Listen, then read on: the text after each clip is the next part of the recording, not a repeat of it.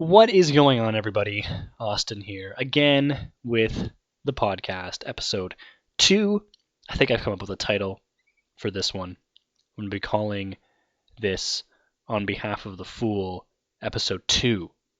That is the title that I've come up with. As you may or may not know if you listened to the first episode of the show, last time it was uploaded, whenever that was. This is a show where I talk about philosophy and stuff and things that I want to talk about. It's kind of a reboot of a radio show that I had back in my third year of philosophy at Trent, and I called that one On Behalf of the Fool as well. So this is technically On Behalf of the Fool 2.0, episode 2, in April 20-something in 2020. A lot of twos, all right? A lot of twos going around. It's hard to keep track. If you don't know what the show's about or what the title means, go back to episode 1 and listen to me talk about it there. But this episode, I'm going to be talking about something different than what I talked about in episode 1, because I already talked about that stuff in episode 1. So episode 2 is going to have some different stuff. I was having to figure out some courses that I'll be taking.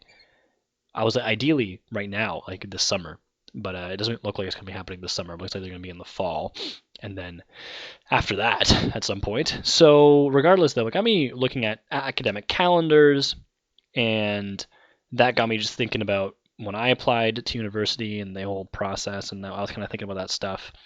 And I was also talking to a friend of mine, and she was talking about how she wants to go into music, and so all this kind of stuff got me thinking about careers and career paths and chasing your dreams and stuff like this.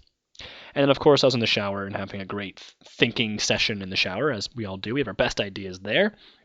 And so I thought about what I want to talk about in today's episode. So to give you a little backstory about where I'm coming from right now, I was talking to a friend of mine, and she was saying that she wants to get into music production and stuff and be a kind of a musician. And she already is. She sings, and I believe she plays guitar as well. But her main thing is vocals, her main thing is singing. She writes songs as well. So she's a songwriter, spends a lot of time and writes good songs, lyrics, and then sings them. And she has two friends who are music producers. They have like software on their computer, and so they'll put her her vocals to different tracks and things like this, and then she publishes them, I don't know, on YouTube or something. And her goal is to be a singer-songwriter, and then possibly even one day own her own music studio as well.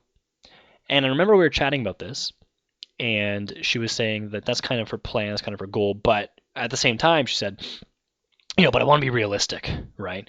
So I'm not only taking courses, or I'm not only studying and practicing music and trying to network and things like this and build up my own career in music, but I'm also going to school, or she's applying to school anyway, to go into business. Because number one, business would be helpful for starting your own business, right? If you're going to have a music studio. But it would also be useful if that plan doesn't pan out. And one of the things that she said was, if that dream, goal, job, career, path, life path, whatever you want to call it, doesn't work out, then she'd be happy settling for a government position job. She's American, so it was like working for the state was how she worded it. Her wording was something like, I'd settle for working with the state, or working for the state.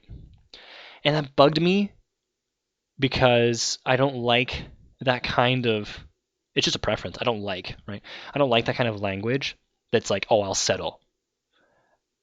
It seems to me that it's silly to build in to your plan, well, I'll settle, right? Another way of putting this is a way that a good philosophy professor of mine, an ex-professor, I suppose. I mean, he's still a professor. He's not my professor anymore, so he's my ex-professor. Anyway, the way he put it was he said it's silly to have a plan A and to have a plan B. It's silly to have a plan B. He said, because then you're building into your plans, right, disappointment. Because you're saying, I'll go for plan A, and that's what I want. And if that fails, well, then there's plan B. It's like, don't have a plan B. He said, what you should have instead is a plan A and a plan A. And then maybe even a plan A, and then maybe even a plan A, right? Have multiple plan A's, but don't have a plan B, because you're already setting yourself up for disappointment. Because if you get what you wanted, which was plan B, you wrote it down, you thought it up, it's not what you want. It's a step down. So instead, pick something that you really like and go for that. pick another thing that you really like and have that ready in case that plan A doesn't work out. But notice how it's not a plan B, right? It's another plan A. It's just you can't do both. And I like I like that thought process. That makes a lot of sense to me. Why would you build in disappointment into your plan? You might get disappointed anyway. Don't put it there yourself. Life will do that for you, or it won't. Maybe things will work out perfectly. But most likely, life will put in the disappointments for you. Don't set yourself up for failure like that. So, even if you accomplish your goal, it's not what you wanted in the first place. That seems odd. So when this friend of mine was saying, yeah, I'll settle for this. This is my plan B. I told her this. That you should have a plan A and a plan A. She kind of, backtracked on what she said. She goes, well, no. I mean, I'd be very happy working for the state. I think working for the state would be a great job, blah, blah, blah, blah, blah. So for her, after I brought up that plan A scenario, she said actually working for the state is another plan A. Now, I don't know if it's really on the same level as her music, because she would use language like she has a passion for music. That's what she really loves. I don't know if she has a passion for working for the state. Maybe she does, but she didn't word it that way. Regardless, though, this is just an example, right? The principle I'm talking about is don't build a plan B to set yourself up for failure. And this came up, and again, this is what reminded me of when I was applying originally to get a philosophy degree. So I didn't know that I was in love with philosophy until I started taking it in my first year. Before that, I had discovered philosophy, like my interest in it and my love for it was starting to be woken up or kindled in two prominent ways that I can remember. Two people really started it. The first person would have been in grade 10 when I met him. He was my religion and philosophy teacher in grade 11 and grade 12. But in grade 10, he was the teacher at the school, my high school, who ran the chess club. So I met this guy, and great role model for me, became my mentor, became my Jedi master, and I was his Padawan.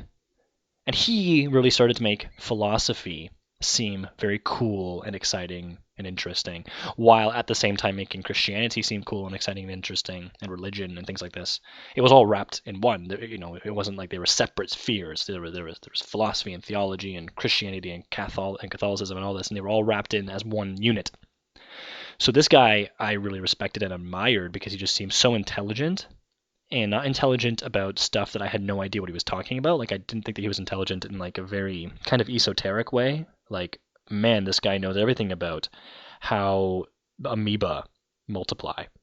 It's like, I don't care how amoeba multiply. But he was instead very smart and seemed wise about things that everybody I thought could relate to, like history and culture and perspective on the world and values and ethics and so forth, and metaphysics, things I think that everybody in some sense takes part in, whereas I don't take part in the multiplication of amoeba. I don't. Whereas everybody asks questions like, what's the meaning of life? Do we have free will? What's good? What's evil? How do we determine what's good and what's evil? Things like this, right? So he was definitely a big influence in starting to kindle my interest in philosophy before I knew what philosophy was in grade 10. And then also in grade 11, I think I discovered the philosopher named Alan Watts. And he was a 20th century English philosopher who specialized in Zen Buddhism.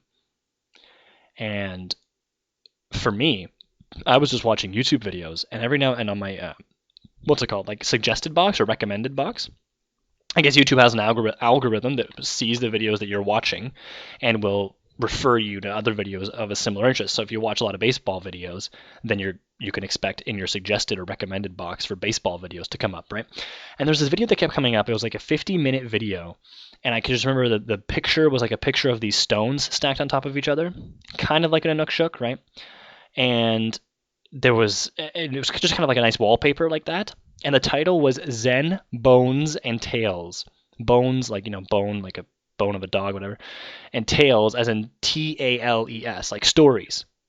So I thought it was kind of a pun, like bones and tails. So it kind of sounds like bones and tails, like a tail, like a cat would have wagging its tail. But tales as in stories, bones and tales. I don't know what the title meant, but it was Zen, Bones, and Tales. It was like a 50-minute video and had this picture of these stones. And this came up in my suggested box. And I had never watched anything about Zen or bones or tail. I don't know how this showed up in my suggested box, so I just ignored it. But it stayed there for like a couple weeks. It was just in my suggested or my recommended, whatever whatever that is. And at some point, I was just bored and looking through the YouTube, my subscriptions, whatever. I'd gone through all my videos, all my favorites, and I saw this in my recommended box again. I went, okay, I'm gonna click this freaking video because it won't go away. What is this silly thing? It's 50 minutes. I don't care about watching a 50-minute video about something that I have no idea even what is Zen? What? So I clicked it. I went like, whatever, midway through the video, 25, 30 minutes in. And it was a lecture given by Alan Watts back in like the 60s, I guess. And this guy was just talking. I didn't know what he was talking about because I had just jumped in 30 minutes into the video, right? And it was just his voice, and on screen was just these rocks stacked up on top of each other. It was just that wallpaper the whole time. So it was basically just it was basically a podcast uploaded to YouTube, right? From the 60s. But I guess he was in an auditorium or something because you could hear the audience laugh sometimes when he made a joke or things like this. And he was just talking, and I don't know what he was talking about, but his voice and his oration, the way he was speaking, was so captivating. Just this really, first of all, a really nice English accent, which if you're not from England, English accents sound really beautiful to you, right?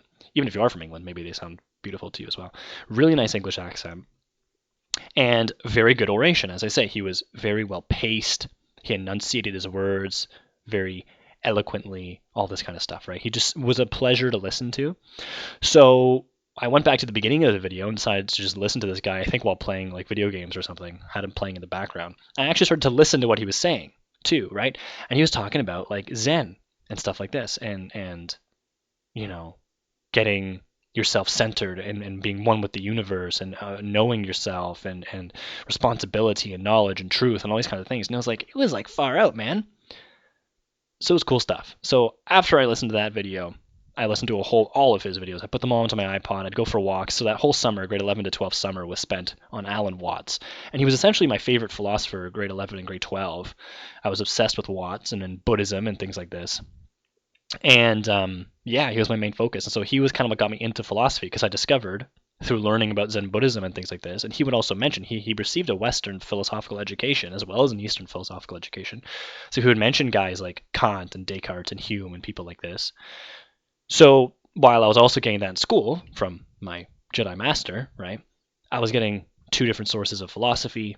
That was what got me interested in philosophy. I now had a bit of a vocabulary for it and now knew a bit of what it was, enough so that I could decide to apply for it. That I decided, yes, I want to continue taking this at a university level. Okay.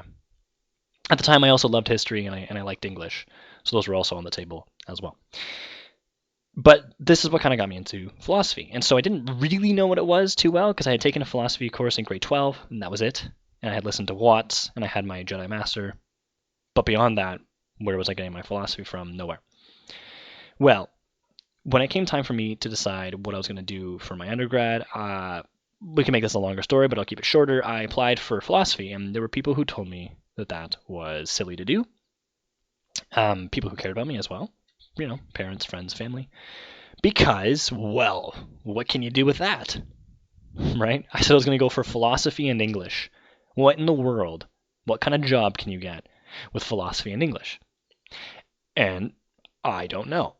I can give you some jobs that I think philosophy and English would be very good for. I can't think of any jobs that would be a prerequisite besides like being a professor or maybe a particular kind of philosopher, like working on the bioethics board of a hospital, but you probably don't need a philosophy degree for that. So besides being a professor, I don't really see what else that degree would be a prereq for. In the same way that, like, if you want to be an engineer, you need to have physics, some level of physics. I don't know what level it is, but some level of physics, right? You're not going to build bridges if you don't know how weight distribution and gravity and stuff works. So people were concerned that, well, why in the world would you go for philosophy and English? You can't do anything with that. How are you going to get a job, make money, pay for food, put a roof over your house, put a roof over your head? Well, actually, I guess roofs do go over houses, but are they part of the house? How are you going to take care of yourself? How are you going to pay your bills? So yeah, that's a fair point. And for me, I thought, okay, I had conversations with friends of mine. Like, for example, a buddy of mine said that he wanted to be a doctor. And that just sounded so awful to me. I do not want to be a doctor. But I asked him why. Why do you want to be a doctor? And the first thing that came out of his mouth was, it pays well. So, for him, certainly one of his top reasons, and maybe it wasn't his top reason, but at the time, the first thing that came out of his mouth, so it's got to be a top reason, it's got to be up there, was as a doctor, you make a lot of money. And I think he was thinking like surgeon. He wanted to be a surgeon of some kind. And this guy totally could be a surgeon if he wanted to be one. Very smart kid. So his main thing was, yeah, we make a lot of money.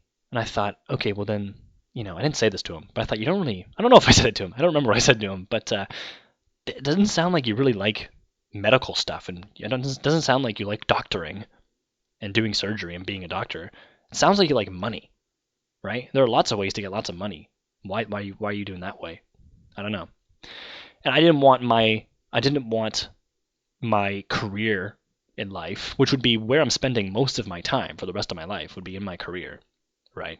I mean, we're talking a 40-hour work week for most jobs anyway, or sometimes it's more, and even if it's less, even if it's 30 hours a week, it's like your main thing. Like certainly one of the main things you do is your work. I don't want it to just be defined by money, because I can do lots of things for money, but it doesn't mean I'm going to enjoy it. I'm going to enjoy my life. Actually, Alan Watts has a quote on that. He says, if you make the main reason for doing something making money, like if money becomes the main reason, then you will spend your life completely wasting your time, because you'll be doing things you don't like doing in order to go on living. That is, in order to go on doing things you don't like doing, which is stupid. It's far better to have a short life spent doing things you like doing than a long life spent in a miserable way. I thought, yep, that sounds about right. So I didn't want that to be what defined what I wanted. Now, I knew that I liked philosophy, and sure enough, in not very long after, fast forward a few months or a year, whatever, after that, in my first year of my philosophy undergraduate, and I knew that I loved philosophy after taking it for a few months, right? So I knew that I really liked it, though, and I knew that I wanted to learn more. I knew that it was a passion of mine. And I didn't care about getting BA at the end of my name or whatever, M for master's or PhD. I don't care about the letters. I don't care about the credentials. I don't care about the academics. I just wanted to learn more philosophy. There were just a lot of questions that I had that I wanted answers to. For me, it was a quest for answers, and I loved learning the stuff. And I wanted to keep learning the stuff. It was something that I just knew that I liked doing. It wasn't something I had to deliberate on or I had to think about. It was just obviously there. This is something I love doing. But, yeah, the question comes up. How realistic is that? What kind of jobs are there? How are you going to put food on the table and put roofs in or over or part of houses? Your house, specifically. Worry about other people's houses after. So what it came down to for me was I thought, okay, look, I can do the safe bet.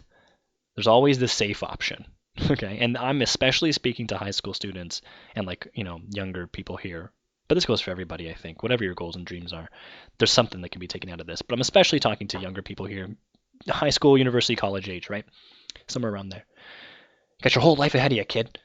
That kind of age. There's always the safe option. And for me, one of the stereotypically safe options is being an accountant. I have no interest in being an accountant. I have very little interest in being an accountant. To me, it seems like a boring way to spend a life. Don't take offense to that if accounting is your passion, because number one, I could see, I mean this honestly, that it could be a legitimate passion, that somebody could be passionate about helping people run their businesses and manage their personal finances and build companies and so forth, right? And they're helping balance the books doing this, and they're bringing their mathematical knowledge. They might love numbers or be very comfortable with numbers, and that's something that they operate well in. And some people just need to have numbers throughout the day. I used to be like that. I used to be a very numbers-oriented person. I went through, maybe for like a year and a half or 2 years, I was super into Sudoku. I was so into Sudoku that I was playing Sudoku puzzles in like my classes when all my work was done and I was bored and it was just a work period and I'm already done. And I would actually do my work faster, so I could get to my Sudoku puzzles. I remember a couple times the teacher was like, oh, like, why are you doing a Sudoku puzzle? I'm like, I'm done. Like, let me see. And I show them it's all done. Like, okay, fine. Right? So I had to have, I was just on a craze. I was on a Sudoku craze. I got to the point where I could beat puzzles in like under a minute or two. Just because I loved it. And so I was the kind of guy who needed numbers. So I could totally see how people could be the type of person. You could be the type of person that needs numbers in your day. So maybe being an accountant is a perfect fit for you. It really fits you well. There's a passion there. You're doing important work. We need accountants, right? The world's not going to stop spinning. We're still, as Michael Scott said in The Office, people never go out of business, or people will never go out of business. People, right? Human beings. Yes, individual businesses will flop. Sure, companies will go bankrupt, etc. But business as a whole, that'll never end. People are always going to be trading and buying and selling, right? It's how we live. So I could definitely see how that could be a passionate career, and you can get a lot out of that, and you're doing a lot of good work. I don't think it's for me, and I really don't. So for me, accounting is one of those really safe bets that's boring. So in my mind, for me, I would find it boring for more than I could do it for a bit. I don't know how many weeks, months, years, but I would eventually get very bored of it. And you make a pretty decent chunk of change for doing math that's not that complicated. Okay, you're not doing nuclear physics, right? You're doing calculus. Okay. And that would be a successful career. And it would be the kind of career that could pay quite well, in the sense that you could have the wife and the kids and the house and the car and all that, and the vacations and everything, and the healthcare and whatever, and have a good, nice, cozy life, successful life, food on the table, roof over the head, and part of the house, whatever. That joke's not even funny the first time. And that would be that. Or I could do the philosophy route, the dangerous route, the route that is not nearly as guaranteed. No route is guaranteed, but it's not nearly as guaranteed as the accounting route. It's not as safe. It may not make me as much money, or may not make me any money. But it's my passion. It's what I want to do, right? And I remember looking at these two options and thinking to myself, and this would have been in grade 11 or 12 that these thoughts occurred. It must have been in grade 12, I guess, because I was thinking about applying more so to universities at that point. I thought to myself, let me imagine that I take the safe route. So it was a thought experiment. Let me do this thought experiment where I take the safe route and I become an accountant. So however many years that takes, 4, 5, 6, I don't know, whatever. And I become an accountant, and then I am a very successful accountant for 25, 30 years. Okay? And 30 years from now, I'm sitting at my desk, got the wife, got the kids, family, house, car, the roof, everything. Okay? So it all worked out well. Doing a job I don't really like. Okay? I'm a successful accountant for 30 years. And I imagine that I'm sitting at my desk and I'm doing my work, and then I just take a quick break, whatever. I'm going hard for a couple hours. I need to sit back and relax. Sit back, take a drink of water, look out the window. I'm assuming I have my own office in New York or something. I'm overlooking the windows, right? I'm 400 stories up. And I just stop and I think to myself, what would my life have been like? What could it be like right now, 30 years later, if I had tried to get that philosophy degree when I was a kid, right? When I was 18? What could my life look like right now? And the answer I would have to give is I don't know, right? If I was sitting at my desk 30 years from now and I asked myself, looking back, all those successful years of accounting, what would my life have looked like if I had gone for the dream? If I hadn't listened to what people said about the safe option, if I didn't choose the safe option, if instead I went for the risky option, the dangerous option, but the one that I really wanted to do, what would my life look like today? What could the past 30 years have looked like if I had done it? The answer I would have to give is I don't know. I never did it. I never tried. That's scenario A. That's thought experiment A. Now here's thought experiment B. Let's suppose I do go for philosophy, right? I apply to the school. And let's suppose I don't get accepted. And then I decide, okay, I didn't get accepted. Oh, well, let me go into accounting. I'll go for plan B now. Plan A didn't work out. Or I do get accepted, but a year or two in, it's too difficult, too much work, I'm too busy, I'm too stressed, I mismanage somewhere. One way or another, it all falls apart. Okay, then I go into plan B, then I go into accounting. Or let's suppose actually it does work out and I graduate, but then I can't get into a PhD program. So then I go into accounting. Or let's suppose I do get the PhD program, right? Push it as far as you want. Let's push it as far as I get accepted. I do quite well. I go into the PhD program. I do quite well in the PhD program. I get my PhD. I become a professor. But then let's suppose I'm a professor for a couple of years. The market is just not working out. People are being shifted here and there, tenure positions, this, that, and the other. I get fired. I get let go. I can't find another job after searching for a few years. I do my best. It just doesn't work out. I did everything right on my end. I worked hard. I studied. I did this, but the world just conspired against me. Things just did not fall into place. And so I find myself applying for my accounting program. I go through my accounting. I become an accountant. I do that. 30 years later, after being a successful accountant, got the wife, kids, car, house, all that. And I'm sitting there and I look back and I think, what would those 30 years have looked like if I had gone for my philosophy degree? The answer would be, wait a minute, I did go for the degree, and it fell apart. It didn't work out, right? I tried my best, and it didn't work. And looking back, I could say that I put in my best effort, that I did my best, but that it just didn't pan out, right? It just wasn't in the cards for me. You can put it that way. And in that scenario, that's a lot better for me. That feels better than the first one. I would much rather be able to say, to put this in a little kernel for you, right? A little soundbite. I would much rather be able to say that I tried my best, but I failed miserably, and it all fell apart, than to say that I never tried at all, right? I would much rather say that I tried my best, but I failed, it all fell apart, it crash and burn, complete and total abject failure after doing my best, than that I had not tried at all. And it was actually that kind of fear of a hypothetical regret, a fear of a fear of a potential future regret that motivated me to work so hard at my undergrad degree.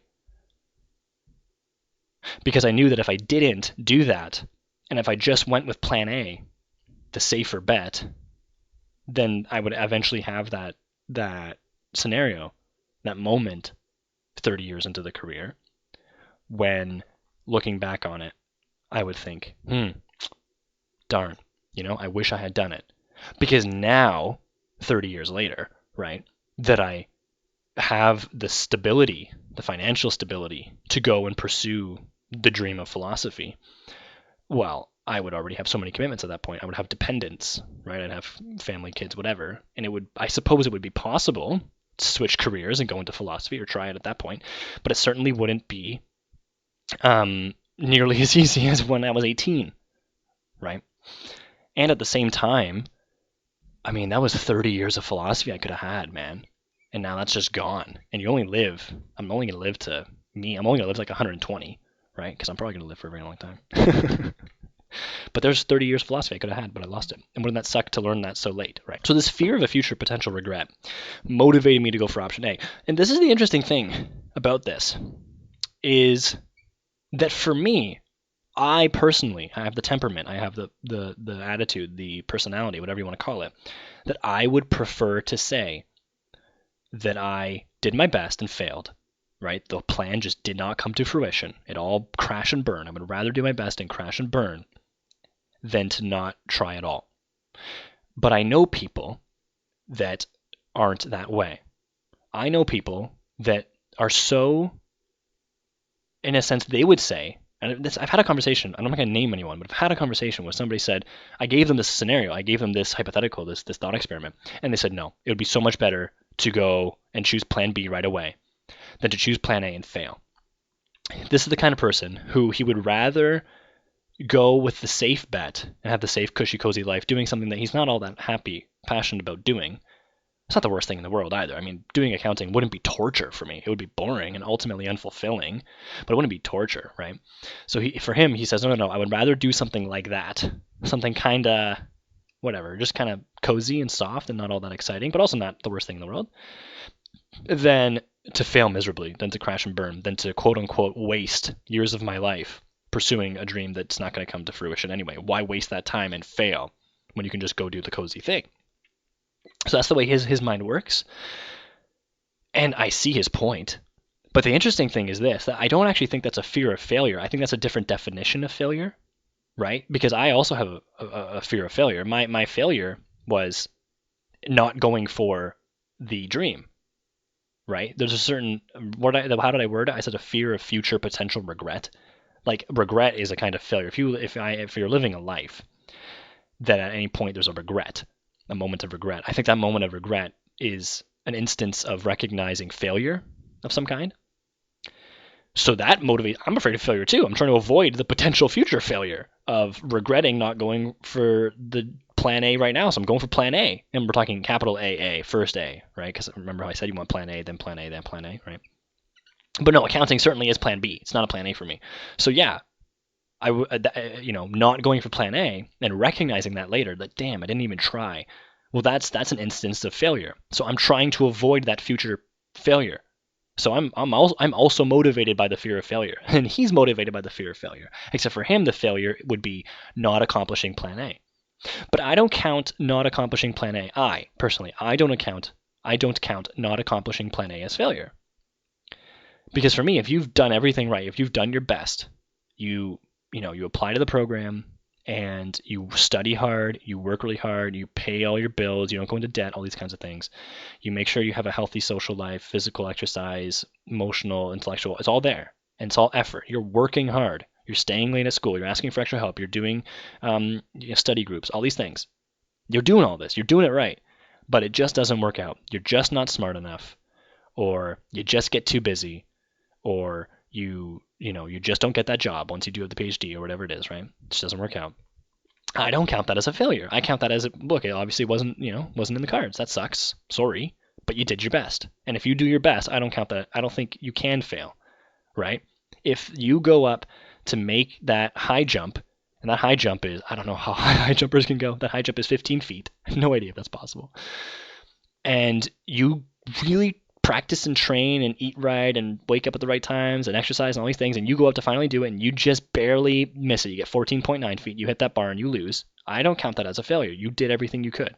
Yes, you failed to do 15 feet. That's true. So in that sense, there is a failure there somewhere. But would you count that as a failure? Like, no, I mean, you did everything you could. You just weren't good enough to jump that high. And let's suppose that you had some kind of omniscient view and you could see from God's eye view that it's just impossible. You do not have the leg structure to jump 15 feet in the air. Then that's it. Then you've done your best. You've hit your ceiling. And if you've hit your ceiling, that's your max. That's your best. There's no failure there. Okay. Now for this guy, he said, no, I would rather not fail in the sense that I would rather not accomplish plan A at all. I'd rather not even go for plan A at all than try to go for plan A and miss the mark and just, wind up short. Whereas I'm the kind of person who thinks, no, I would much rather go for plan A. And if I crash and burn, that means that I did my best and just wasn't in the cards. At least I know. And for me, it's a knowledge thing, I guess, right? I'm kind of realizing this now, sharing this little 30-minute story with you. At least I would know at that point that it didn't work out, right? Whereas the ignorance or the darkness, the not knowing, that would bug me so much. Like, just not knowing what could have been, Whereas I can say, no, I know what could have been. I did it. I tried. Didn't work out. So there's the kind of different motivations there. And what this might relate to, I wrote it down in my notes. Believe it or not, I have a couple little notes for these very random, scattered podcast episodes. A couple things I want to hit here and there. The reason why this might relate to what I'm about to say is just in terms of certain temperaments and motivations that we have and that others don't. I think this is one of the reasons why I get very bothered by agnosticism. And like I said, this is on behalf of the fool, right? Talk about philosophy and Catholic theology and stuff and things like this. So it's good to bring this into some kind of a religious topic. I was speaking to a friend of mine and he was saying how he's learning more about Buddhism. And remember, a few minutes ago, I told you about how Buddhism, and specifically Zen Buddhism, was what got me into philosophy. So I totally get the appeal, and I have an enormous amount of admiration and appreciation and respect even for some of the Eastern, specifically Zen Buddhist philosophy and philosophers of ages past and present. So please keep that in mind. Let me say it right off the bat that I'm not just some anti-Buddhist here, okay?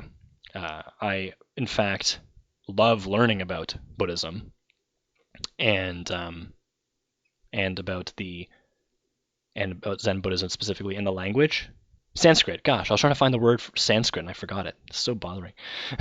And if you've never heard Sanskrit, look it up, read some of it, listen to some of it. It's beautiful. It's like so many H's and L's and A's. It's like it just opens up the airways. Just right? English is a very guttural, kind of Germanic language. A lot of closing of the mouth. Blah blah blah blah. Sanskrit's very open. It's like Italian in that way. A buddy of mine, he was saying that he is learning more about Buddhism and stuff like this, and that he is kind of like swayed by it. He's like, this is good stuff, and it's really good stuff. And one of the examples he gave, one of the punchlines, one of these, I believe he's a monk, one of these Buddhist monks said is, somebody asked him the question, does God exist? And he said, I don't know. And then they asked him the question, is there a heaven? And he said, I don't know. Then they asked him a question, where do we come from? He said, I don't know. And for this buddy of mine, he was like, well, isn't that just amazing and so honest and so candid? Like, yeah, we don't know. Like, this guy is a wise man. We don't know. And he said, I don't know. And I remember reading that and being like, okay, I suppose in some, armchair philosopher mode of thinking, that we don't know, in the sense of like, do you know with 100% absolute certainty in such a way that you're willing, or I don't know, just do you know with absolute 100% certainty from your armchair, right? Sitting in your chair, do you know that? And it's like, I suppose that we might say, no, I don't know. But I mean, come on. That's not the bar that we set up for ourselves for knowledge the vast majority of the time. What I want to say to that Buddhist monk is, I want to shake him. I want to be like, okay, man, pick one. Guess. Give it a shot, right? You don't know. Fine, you don't know 100% certainty. But you got to have some idea, right? And this is one of the points that's actually it's mentioned in the Catechism, believe it or not. And I have my Catechism right beside me, so I'm going to see if I can find the paragraph. I believe it's paragraph 847. And I should know this, actually, because it's a very, very... Yeah, okay, so paragraph 847 is talking... Oh, so this is... Paragraph 846 is talking about outside the church there is no salvation, and it's trying to explain what that means. Oh, this isn't what I want. No, this isn't what I want. I want where they talk about atheism. It is in this area. You know what? Let me go to the index and look up atheism, because this is actually helpful for our conversation right now. And I will tie it back in what we're talking about. I don't lose track of these things. This is, I know how to get myself back on my train of thought. And right now, you might think that I'm just talking. It's like, oh my gosh, he just keeps talking and talking. Like, what is he trying to stall while he just finds the paragraph number? And the answer to that is yes. It's actually exactly what I'm doing, because I found the paragraph number, but I'm just trying to flip to it in the book. And if I stop talking, that's embarrassing. But if I keep going, it makes it sound like I know what I'm doing. Okay, so paragraph 2124 says, the name atheism covers many very different phenomena. One common form is the practical materialism, which restricts its needs and aspirations to space and time. I think that's very accurate for our present day. Atheistic humanism falsely considers man to be an end to himself and the sole maker with supreme control of his own history. Another form of contemporary atheism looks for the liberation of man through economic and social liberation. I think they're especially talking here about like Marxism. It holds that religion, of its very nature, thwarts such emancipation by raising man's hopes in a future life, thus both deceiving him and discouraging him from working for a better form of life on earth. Oh, I'm in the wrong section. I should be in agnosticism. Right. Let me just read paragraph 2128. Agnosticism can sometimes include a certain search for God, but it can equally express indifferentism, a flight from the ultimate question of existence, and a sluggish moral conscience. Agnosticism is all too often equivalent to practical atheism. It's that line right there that I want to say to that Buddhist monk who said, I don't know. I'll say it again. Agnosticism can sometimes include a certain search for God, but it can equally express indifferentism, a flight from the ultimate question of existence, and a sluggish moral conscience. Agnosticism is all too often equivalent to practical atheism. Two things. One, you want to talk about a flight from the big questions. Saying, I don't know, I don't know, I don't know. That's a flight. There's no effort there, right? Put some effort in. Say, I don't know, but here's my best guess. Here's what I think. Give me something here, buddy, all right? That's number one. And number two, the point of practical atheism. William James actually makes this point. And William James, the founder of one of the founders of American psychology, also kind of a founder of American pragmatism. Pragmatism being a kind of a school or a branch or a mode of philosophy that focuses on the pragmatic, focuses on what you actually do. We're not just going to be really theoretical armchair philosophers here. We're going to talk about how this applies to daily living, how this applies to things we do in life, okay? And William James, I don't know where. I could probably find it for you. I have the writings of William James right beside me. A comprehensive edition, not an exhaustive, but comprehensive. It's in there somewhere. Where James says that when you go into a room and somebody asks you, is the room cold? Right? You could say, I don't know. And you could just refuse from answering. You could say, I'm not going to answer that question. Or you could say nothing at all, completely ignore the person. That's within your right. And that would be a kind of pure agnosticism, right? Here we're not using the word agnostic in the religious sense, but we're just using it in kind of a more general philosophical sense of being undecided, right? I refuse to decide whether this room feels cold or not, okay? But here's James's point. He says, but then when you sit down in that room, you're either going to close the window or you're not. You're either going to turn on the fireplace or you're not. Or let's suppose the fireplace is on. You're either going to put out the fire or you're not going to put out the fire. You're going to take off your sweater, you're going to keep your sweater on. You're going to put on a blanket or you're not. And here's his point, is that practically speaking, you will speak to what you believe about the temperature of the room. You're going to shiver or you're not going to shiver. You're going to sweat or you're not, right? And so even if you, let's say, refuse to answer the question, the person asks you, is this room warm or cold? Like, what is it? You go, I'm not answering that question. You completely ignore the person. You sit down. Then what do you do after a few minutes? You shut the window, you turn on the fireplace, and you put on a sweater. You've now practically answered that question. You've answered it through your actions. You've answered it in your life. With your words, you didn't, right? You were a pure agnostic. Good for you.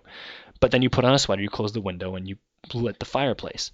So obviously you think the room is cold and you need it to warm up because you feel cold in that room, right? So what difference is there between you not answering the question? The person asks you, is it cold or warm? What difference is there between you, the agnostic who refuses to answer the question, the perfect agnostic, whatever, the pure agnostic, and the person who says it's cold? Yes, it is cold. Both of you, the person who says it's cold and the person who's the pure agnostic, both people shut the window, light the fireplace, and put on a sweater, right? So they both believe it's cold, except one's willing to say it, the other one's not. And my point is, have some courage, all right? Have some courage. It's frustrating to me. This is the pure agnosticism frustrates me in this way, and so does like extreme skepticism falls into the same trap. And as does so much of Buddhism. So much of Buddhism is this kind of strict agnosticism, and it's infuriating. I find it all very frustrating because it's like, buddy, there's it's what the Catechism is saying here. What difference is there? So often, agnosticism amounts to, if you boil it down, what's left?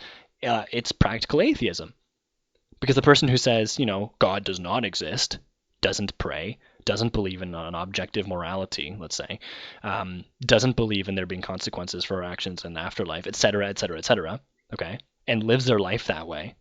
The atheist does all these things, but then the agnostic does all the same things.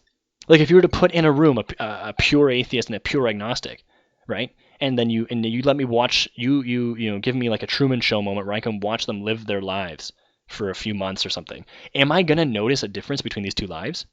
If you tell me these may both be atheists, these might both be agnostics, or one might be an atheist, one might be an agnostic, you decide. I don't know if I could decide. Like, how am I going to determine that? They both watch Netflix. Neither of them goes to church. They both eat the same food. I mean, like, how am I going to decide, right? Because really, that agnostic his life amounts to, his beliefs amount to practical atheism. He says, "Oh, I refuse to decide," but his actions speak louder than his words. You might say, right? All of this is just an old truism that actions speak louder than words. Okay. I'm not saying anything new. We all know this already, but infuriating to me when you have a whole philosophical system based around and that doesn't recognize that actions speak louder than words, refuses to admit it, right? One of my philosophy profs at Trent took pride, probably still takes pride in being a skeptic. And that's so annoying to me because have some courage, man. Hedge a bet, all right? Take a chance. Because number one, there's no such thing as a true skeptic, first of all. All skeptics are full of arguments. If you want to meet somebody who has a lot of arguments, find a skeptic, which is hilarious because you wouldn't expect that from a skeptic. Skeptic's the kind of one who are so, we're so critical of things. We're not going to believe anything. We're going to look at everything with an extremely critical eye and it has to pass a bar before we will accept it as truth.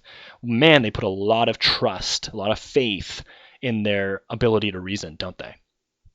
Like, there's no one in the world who has more trust and faith, raw, unjustified faith in his logic and reason than the skeptic.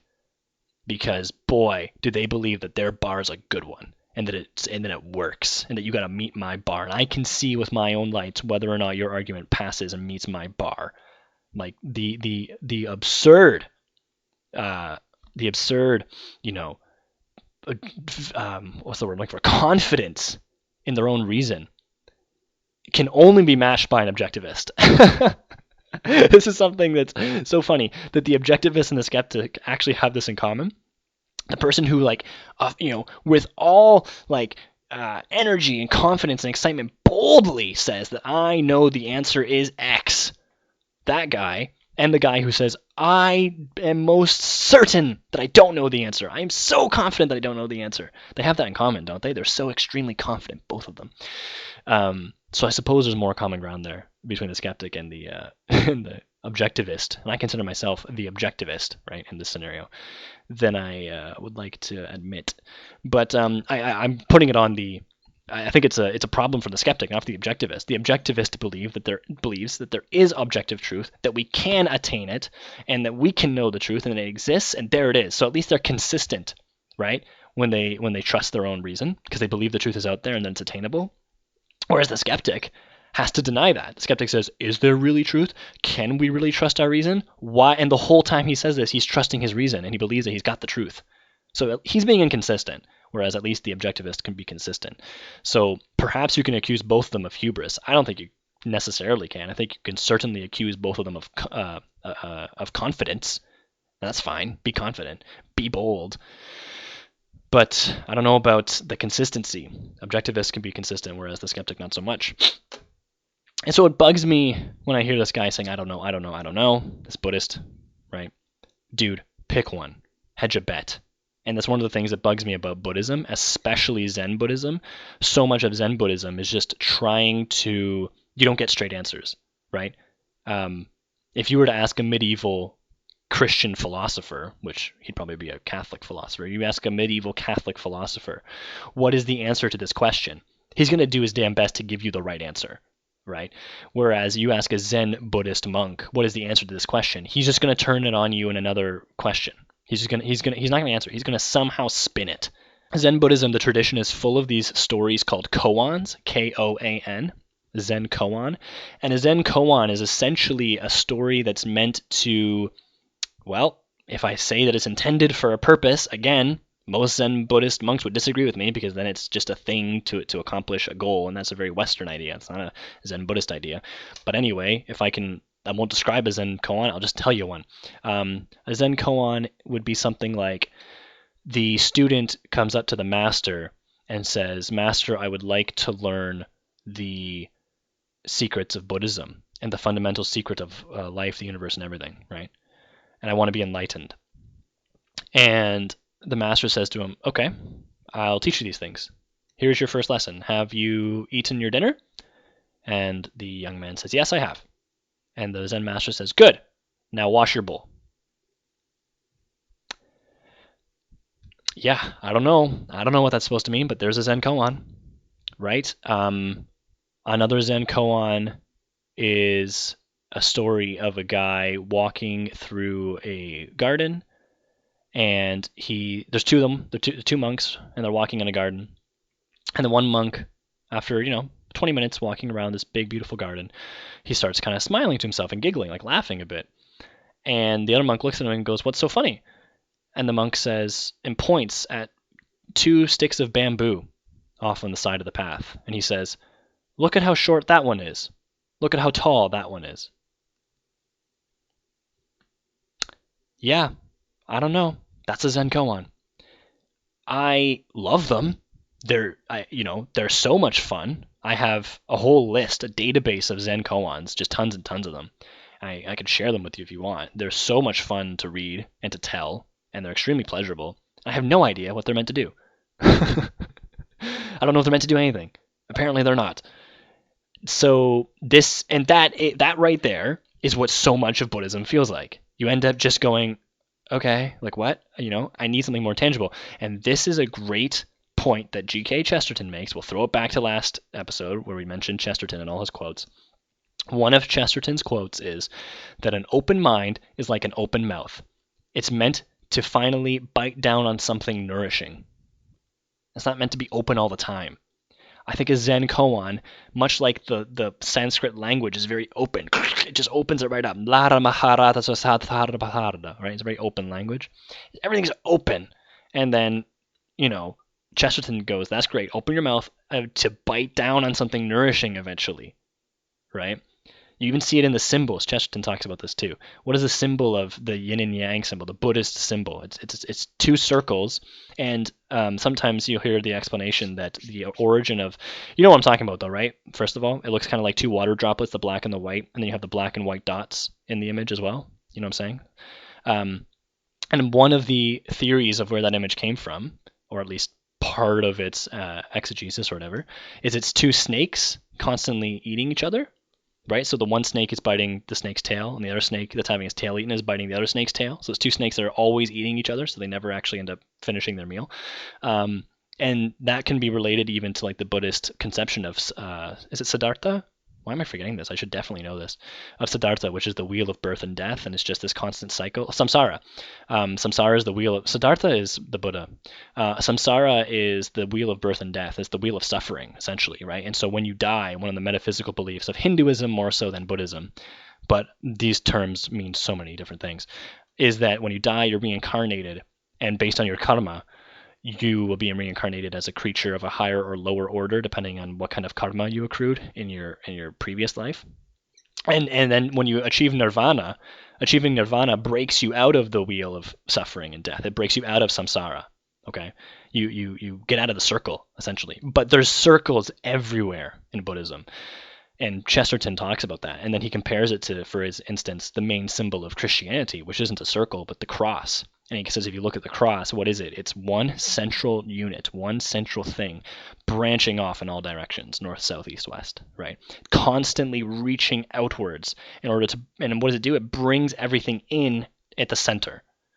And so in Chesterton's artistic mind, Christianity is this force, this passion, this fire, this energy that's reaching out to the whole world to bring it into itself, to unify everything, right, into the center. It's a very missionary outlook. It's a very sharing, generous, everyone's welcome kind of thing. Always reaching out, though, extending infinitely in all directions, you might say, right? Whereas, what is Buddhism? Just constantly eating itself over and over again. No progress. There's no moving out. There's no looking out. There's no looking in. It's just circles. It's just, you get nauseous. It's dizzying. That's the kind of different, the different vibes you get from the 2 symbols, anyway. I relate a bit to that. There's a certain circle that's present in this, the pure agnostic, or the pure skeptic, or the Buddhist even. Doesn't sit well with me. How this relates, by the way, to what we were talking about before, where it's this is such a weak connection, where it's applying to programs, right, and going with plan A instead of plan B, and not even having plan B in the first place, is I would much rather have someone, and this is for myself too. Again, I'm talking about myself here this whole podcast. I apologize, but it's a sense in which I would prefer it. It's a temperament I have, a personality trait. I would much rather people be unsure but courageous, and maybe stupid and courageous, than stupid and cowardly, right? So you might call me stupid, for instance, for being Catholic, because you might think you're so stupid. Like this is, God doesn't exist. Jesus, it's all a lie. It's all a myth. It's all made up. How can you be so naive and so stupid to believe all this, right? But I would say, at least I'm courageous enough, because I think that the skeptic is just as stupid. I mean, let's all be humble here for a second, okay? All the agnostics and all the skeptics, well, there are really smart people out there. There are really smart agnostics, there are really smart atheists, there are really smart Catholics, there are really smart people. But at the end of the day, how smart do we really think we are? I remember hearing somewhere that we still don't know quite how a bicycle works. Like, we know how to build a bicycle, and we know that if you pedal, it runs. But like at a level of physics, we can't explain with with the conception of physics that we have how a bicycle stands up, how it keeps its balance point. I don't know. My point just is, let's have some humility and recognize that we don't have it all figured out. At the end of the day, what we don't know is always vastly greater than what we know. Okay? So in that sense, we're all kind of stupid. But at least I'm willing to be courageously stupid rather than cowardly stupid. Hedge a bet, because practically speaking, you're going to do it anyway. Practically speaking, you're going to turn on the fireplace and close the window and put on a sweater, or you're not, and you're going to keep them open. You're going to choose to keep the fireplace off. You're going to choose to keep the sweater off, right? That's still a choice that you make. So you're going to make the decision anyway. Own up to it.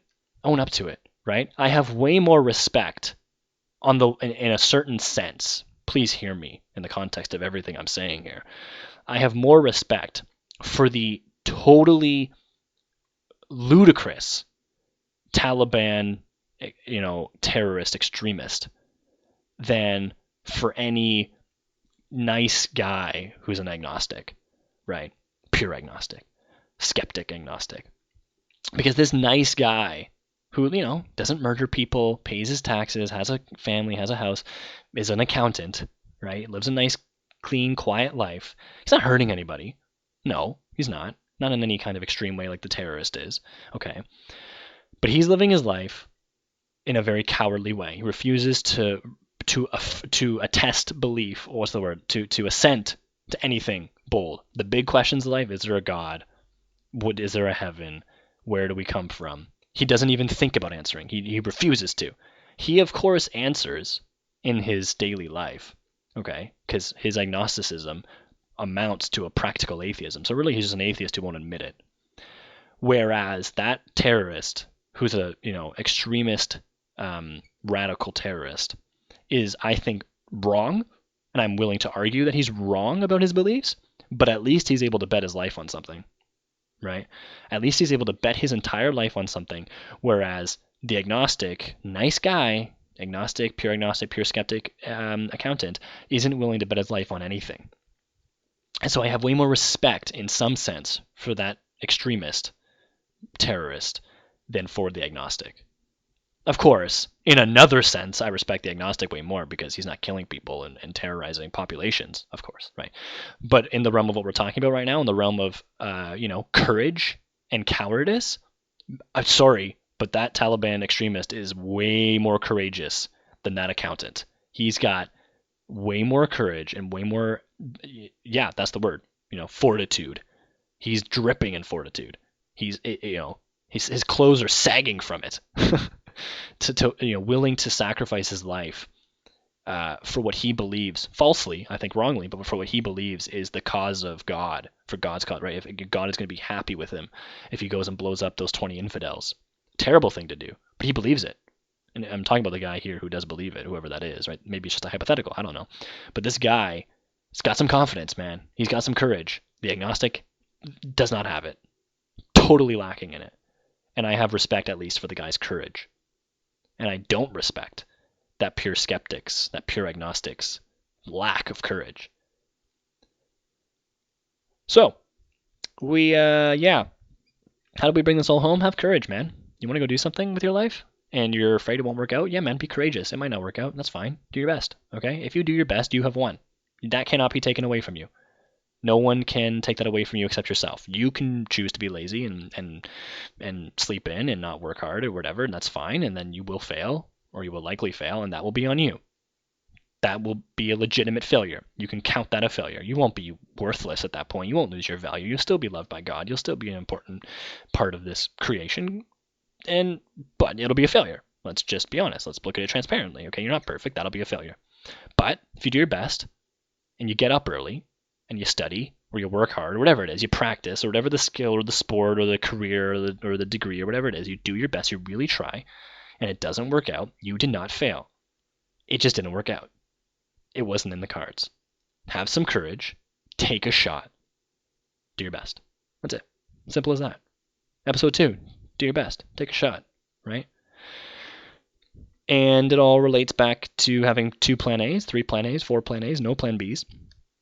And also, all the admiration and love I have of Buddhism and Koans and all of it, unfortunately, does not outweigh the disrespect I have. I shouldn't have disrespect. The lack of respect I have for its, lack of courage, for its cowardice. Like the professor who said that he takes pride in being a skeptic, that's such a shameful, disgraceful statement. I hear it as a shame. I don't think he sees that at all. But I hear that and I go, man, you're proud of being a complete coward. Being a coward used to be a bad thing, Like being a coward used to be embarrassing.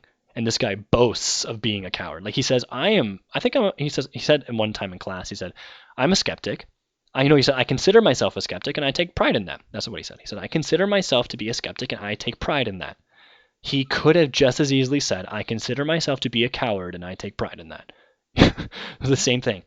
And if he means by skeptic that he's critical, I have no problem with it. I have no problem with being a critical thinker, thinking critically. I'm a hard thinker. Good. That's great, right? We should all be critical thinkers in some sense, especially for important questions. But if he means by skeptic what I think he means by skeptic, which is like, a true kind of philosophical skeptic, where we're not going to accept anything unless it passes the bar, and the bar by definition is insurpassable,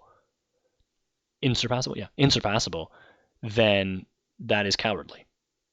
And if we're just machines that are debating theories here, then cowardice and courage doesn't come into the discussion. And so he might win the armchair philosopher debate. But the human debate, the human struggle, where we do have fears and worries and courage and hopes and cowardice, and be a man and make a statement. And I'm saying be a man literally, like be a male and have some male courage, because this is a guy I'm talking about in this example, right? And when it comes to women, if we're making this gendered, then yeah, be a strong, courageous woman and hedge your bets and take a stand. Anyways, I'm talking for over an hour. I didn't really plan on doing that. I was actually expecting this to be a half an hour.